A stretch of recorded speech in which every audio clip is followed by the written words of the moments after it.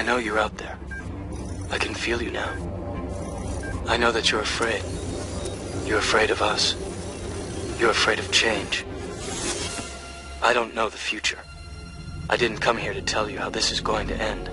I came here to tell you how it's going to begin. I'm going to hang up this phone, and then I'm going to show these people what you don't want them to see. I'm going to show them a world without you. A world without rules and controls, without borders or boundaries.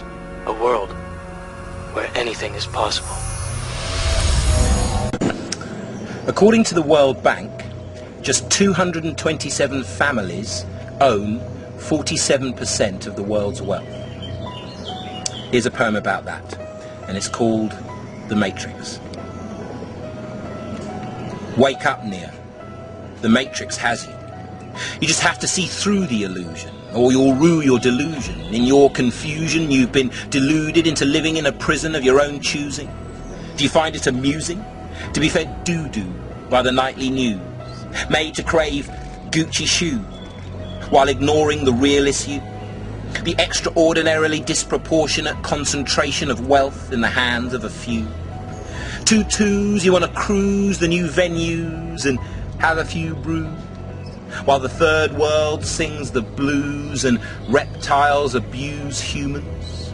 Over 1,000 children starving to death every hour for the want of some food.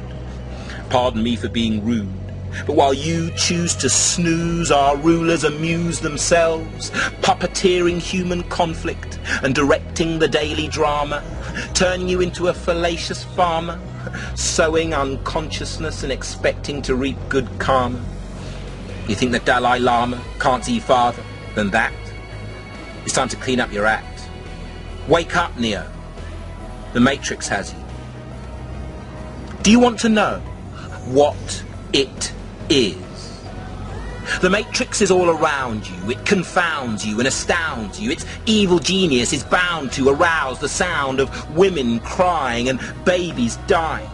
So pay close attention, because I ain't lying. Neo, I'm counting on you. And the countdown started. Rotted. You catch on fast, kid. It seems you get my meaning. It seems you're feeling me. Because I'm appealing to the divine in you, the sublime spark of light in you, shining through every single sinew within you, the part of you that really wants to take the red pill and not the blue. So, Neo, choose. Remember, I only offer you the truth, and we both know the truth can hurt, and worse still, you can't go back to your sleepwalking slumber, your imaginary life 6 foot under. Because once you're in Wonderland, no man can put asunder. So, Neo, time to be a hero. And there goes the red pill. You chose wisely, bro, so don't worry if the room starts spinning. That's just the beginning.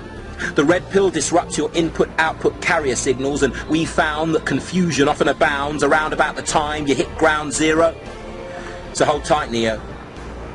Here we go.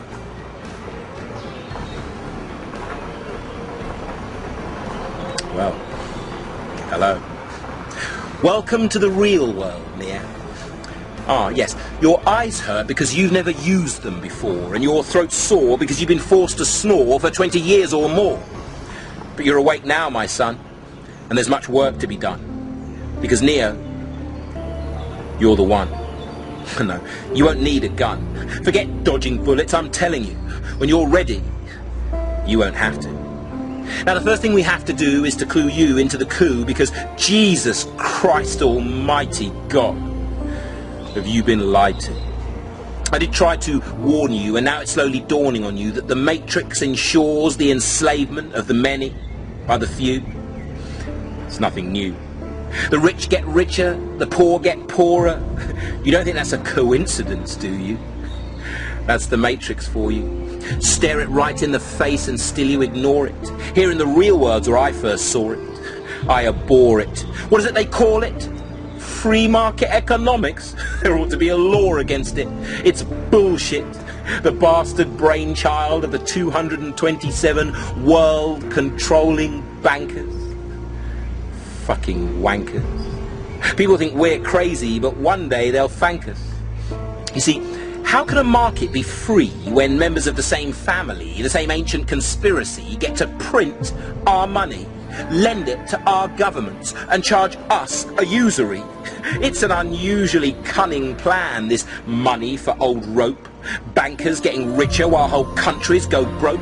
Entire populations held in a chokehold of poverty, reduced to criminality, getting used to rat race banality, and paying taxes so governments can pay back this axis of evil through their tactical patsies. The Federal Reserve Bank, the Bank of England, the Bank of France, the Bank of Germany, the Bank of International Settlements, the IMF and the World Bank, see? All privately controlled companies, the directors of which are so rich they're richer than most countries, and make Bill Gates look like a country bumpkin. You see, for some, money does grow on trees, and you've been convinced otherwise with surprising ease. You've been brought to your knees, like these people here, bleeding to death for the want of proper health care and struggling to survive on welfare. We're going to get them the hell out of there before what happened in Argentina happens everywhere. And here's the plan. We're using poetry to tell every man, woman and child across the land that our destiny is in our own hands, and all we have to do is take a stand. And here's how. Stop paying for credit. Stop paying the banker's tax. Use interest-free credit schemes instead. Buy all your consumer durables second-hand. Buy everything else from markets, family businesses and charities only. Stop watching television news. And stop reading newspapers too. And if you work for a publicly limited company, leave your job immediately. And finally, demand that the bankers give back the wealth they've robbed from humanity. Too much to ask of you?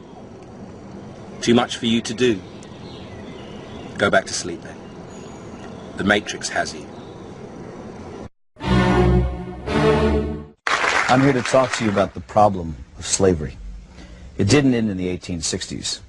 It's a social malady that's with us today, and it's increasing in its scope and virulence. The desire to enslave our fellow man is unfortunately intrinsic to the human character.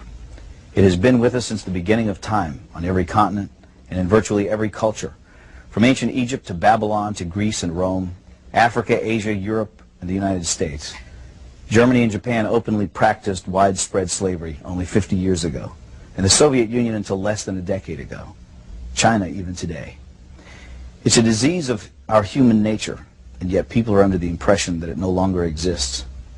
I say to you that in a subtle form it exists in America today, and it's becoming less subtle and more manifest.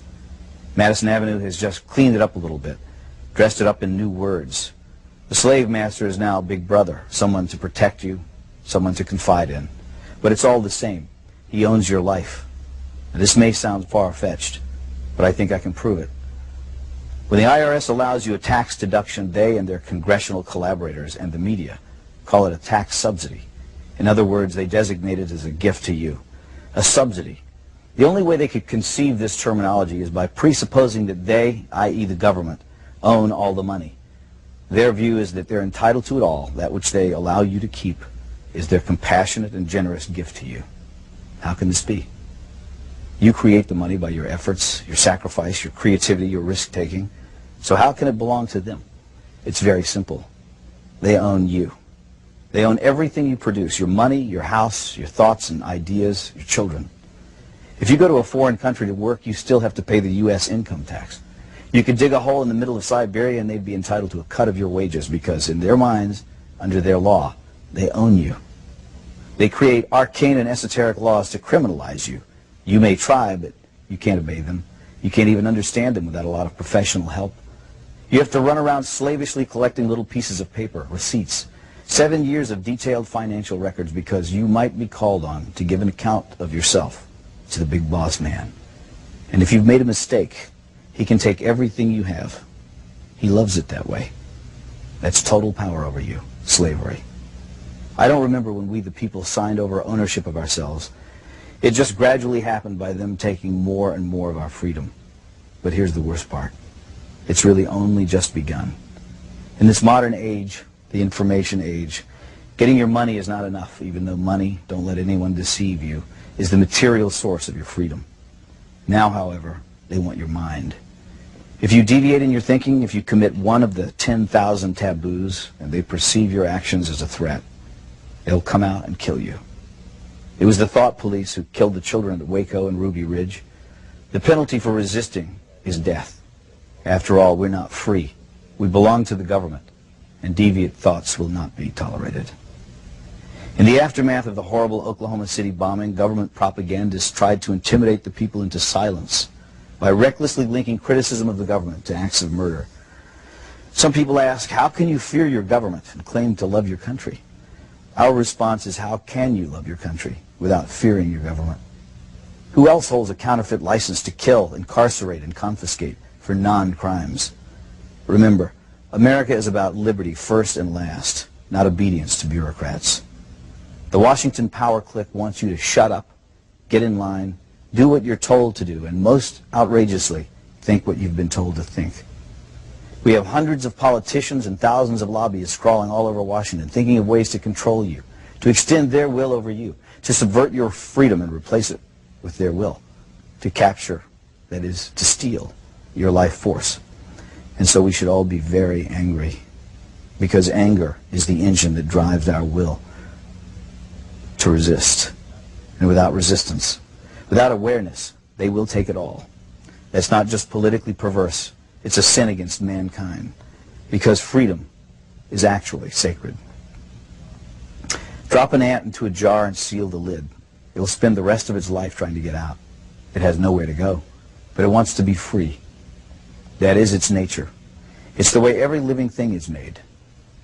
Once, a long time ago, I saw something at the zoo, a wolf lying in its cage. I thought about how this magnificent animal was the end product of millions of years of evolutionary design. A nose that could detect the faintest scent, ultrasonic hearing, eyes that could see in the dark, teeth and jaws capable of crushing thick bone, heart and lungs that could run him for hours in a sub-zero blizzard. And yet there he was, lying forlorn and full of despair. He was well fed. He had a clean habitat and water and medical care.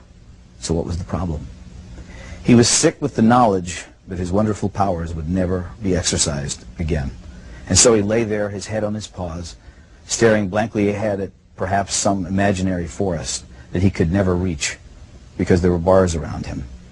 They had not killed his body, but they were destroying his soul. God gave Adam and Eve freedom, even though he knew they would invite death into the world. That's how important freedom is in the divine scheme of things. And that's why we urge you to defend it, always.